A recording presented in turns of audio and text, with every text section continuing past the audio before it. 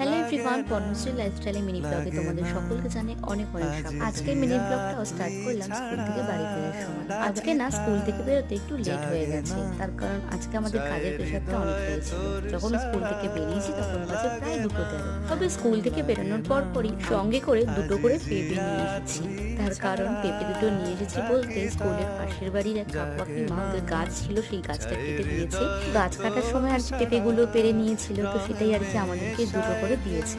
আর এই গাছের জিনিস একবারে খাতেই, সেটা কি আর না করা যায় কেউ দিলে। তো ব্যাস পেঁপে নিয়ে মনের আনন্দে বাড়ি এসে ফ্রেশ হয়ে চলে আসলাম সোজা একবারে ওপরে খেতে। আর খেতে এসেই তো দেখছি আজকে রান্না হয়েছে ইলিশ মাছের মাথা দিয়ে পুঁই শাকের চচ্চড়ি, আলু পটল দিয়ে রুই মাছের ঝোল এবং কাঁকড়ার এই লাল লাল ঝোল। তো ব্যাস এত সুন্দর আইটেম দেখে দেরি না করে তাড়াতাড়ি করে লাঞ্চটা সেরে নিলাম। আর তারপর খেলাম এই কালাকাঁদ। এরপর আমি সন্ধ্যাবেলা একটু গেছিলাম SBI CSP তে। তারপর বাড়ি এসে সন্ধ্যাবেলা খেলাম এই পরোটা বিস্কিট।